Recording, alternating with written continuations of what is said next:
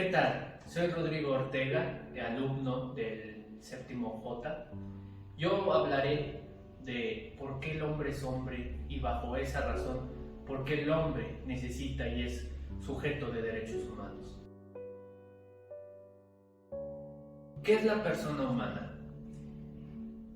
Resulta muy difícil definir qué es la persona humana, dado que diferentes y diversas ciencias definen al humano, al hombre, a partir de sus propios criterios. Tenemos, por ejemplo, la biología, que la biología define al hombre como un animal que deriva del antropoide, un animal que pertenece a la especie Homo sapiens. Por otro lado, de igual manera tenemos a la filosofía, que define al hombre como un ser capacitado, dotado de voluntad, dotado de alma y pensamiento, y lo que Aristóteles define o engloba en su concepto de son politikon. Ahora bien, resulta en verdad difícil, bajo todos los criterios de todas las ciencias, definir a lo que es el hombre. Supongamos, tenemos a la postura de Norbert Forster, en el cual él, bajo una posición positivista, define al hombre y dice que el hombre debe ser referido no de manera calificativa, sino de una manera cualitativa, atendiendo a sus características que lo diferencian del mundo animal. Por otro lado, de igual manera tenemos a Peter Singer. Singer define que hay una diferenciación entre lo que es persona y lo que es humano, dado que él tiene facultades, que es la autoconciencia y la voluntad, facultades, además del raciocinio, que lo diferencian, como ya dije, del mundo animal. Y añadido a esto tenemos al gran filósofo Immanuel Kant, en su obra Crítica de la razón pura, él define que el humano, el hombre, es hombre por la moral que él se entrega, por la moral en el que él se entrega y se adapta. Dado pues, bajo estas posturas y demás que tenemos abundantes, podemos concluir que el hombre es un ser con autoconciencia, con pensamiento, con entendimiento entre lo que es el bien y lo que es el mal, y también con un conocimiento, que este conocimiento se configura bajo el libre albedrío. ¿Por qué el ser humano es humano? A temor de sonar filósofo y un tanto pensador, debemos ubicar en primer lugar que el ser humano es un ser dotado de libertad, voluntad y libre albedrío.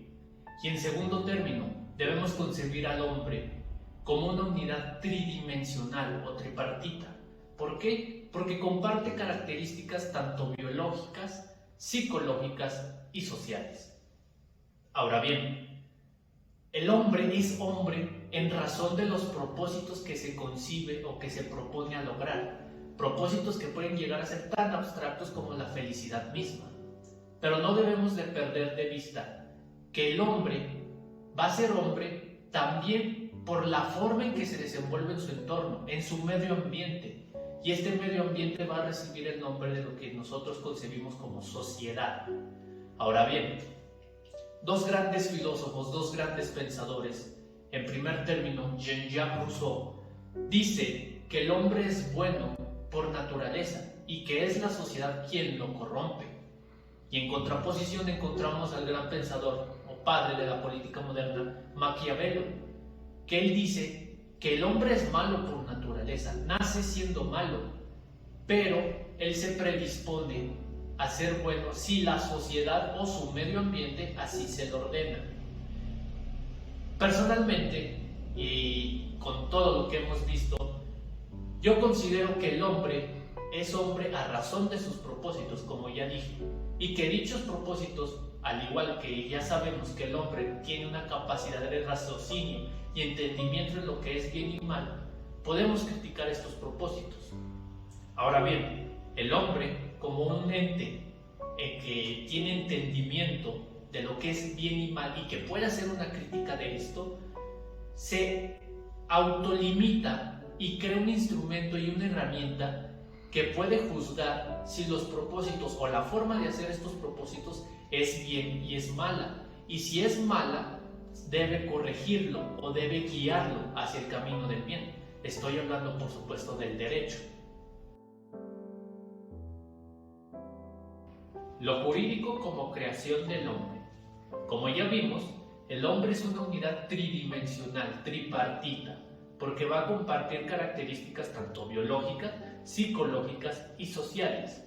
A este hombre, Jorge Sánchez Azcona nos lo define como el hombre biopsíquico-social y afirma que el hombre va a estar condicionado por un fenómeno llamado convivencia, y dicho fenómeno se va a presentar ante el hombre de forma necesaria, inmediata y universal, pero siempre ajena a la voluntad del mismo. Ahora bien, no debemos confundir lo que es convivencia con sociabilizar. Convivencia es el simple acto de existir sin dañar a terceras personas. En cambio, sociabilizar es el acto de relacionarse, de compartir ideas y pensamientos con otras personas y que dichas personas también tengan en común dichos pensamientos y dichas ideas. Ahora bien, el hombre crea la norma en base a la convivencia, porque necesita la norma para preservar esa armonía coexistente que hay entre sus semejantes.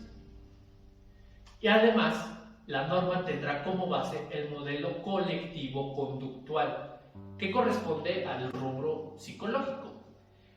John Locke, en su obra El contrato social, nos define o nos acerca a este modelo colectivo conductual, en el cual afirma que el hombre, un ser dotado de una libertad absoluta, va a sacrificar o va a entregar cierta parte de esta libertad a un órgano coercitivo, a un órgano que además de ser coercible va a tener facultades o va a tener un ejercicio imperatributivo. ¿Qué quiere decir esto?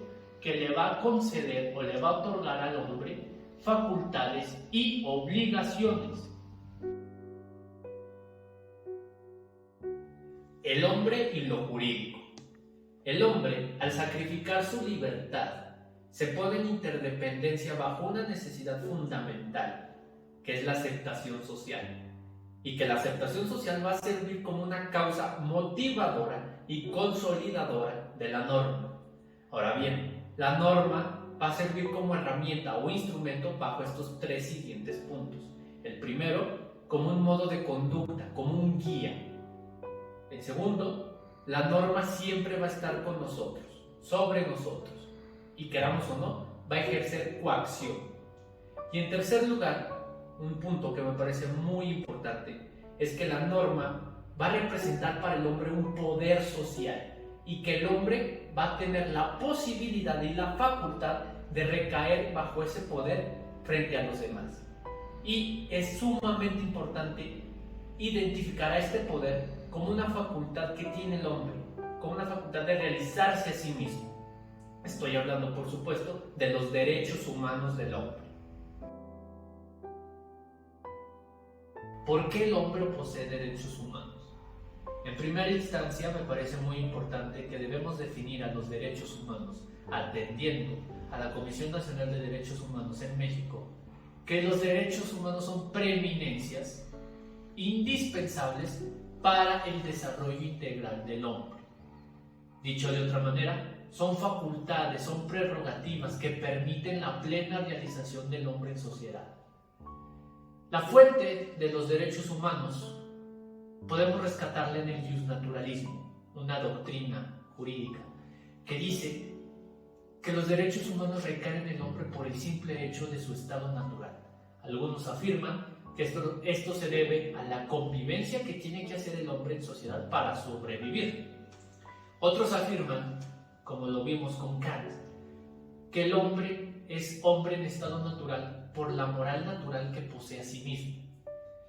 Debemos recordar que los derechos humanos, a criterio mío y a lo que hemos visto, tienen su nacimiento en el hecho social que repercute día con día en la forma y en cómo se va a realizar, se va a desarrollar el hombre en sociedad. Dicho lo anterior, debemos considerar al hombre actualmente como un hombre civilizado Y aunque los hombres salvajes, aquellos carentes de moral, de valores, también tienen derechos, para poseer y respetar los derechos humanos de los demás, debe contar con un conjunto de valores. El más esencial, creo yo, que es el respeto. Los antecedentes de los derechos humanos en la historia del hombre y su evolución es un tanto confusa. Hemos de recordar que no había derechos humanos en Grecia como tal, ni en Roma, porque había una diferenciación, una desigualdad social, había esclavos.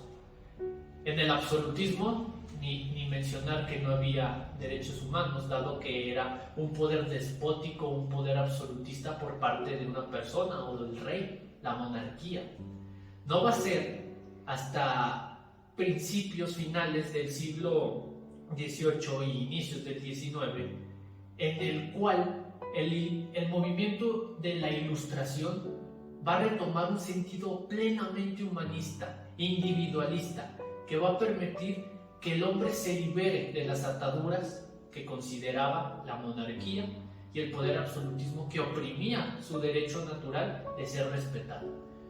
Esto va a alcanzar su punto máximo en la Revolución Francesa, donde se va a declarar la Declaración del Ciudadano y del Hombre, en el cual se van a concebir los primeros derechos humanos, en el cual el hombre va a poder disfrutar plenamente, bajo un orden jurídico y coactivo, la realización de su persona.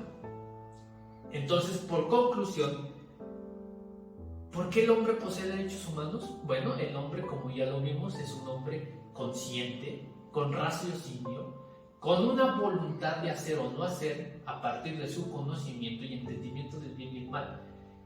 Y lo es porque es un hombre civilizado, porque es un hombre que conoce y posee valor moral. Y atendiendo a esto, el derecho otorga, el Estado otorga, el derecho otorga que facultades que son plenamente supremas. Y la vemos en nuestra Carta Magna, que es la Constitución, y en tratados internacionales que el Estado mexicano es parte. Lo vemos en su artículo 1 de la Constitución. Se velarán por los derechos humanos del hombre y se promoverá su respeto y su conservación hacia los mismos.